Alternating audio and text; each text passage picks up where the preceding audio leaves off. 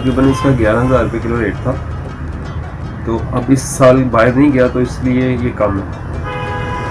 जो चलास का चलगोज़ा है वो सस्ता है, जो बन्नू का है वो महंगा है। और ये बन्नू का चलगोज़ा ये मिठास में इसका रेट बढ़ता रहता है, कभी कम भी हो जाता है, कभी ज़्यादा। आजकल क्या चल रहा है? आजकल 7,200 है, दूसरा वाला है वो तकरीबन 5,000 साढ़े 5,000।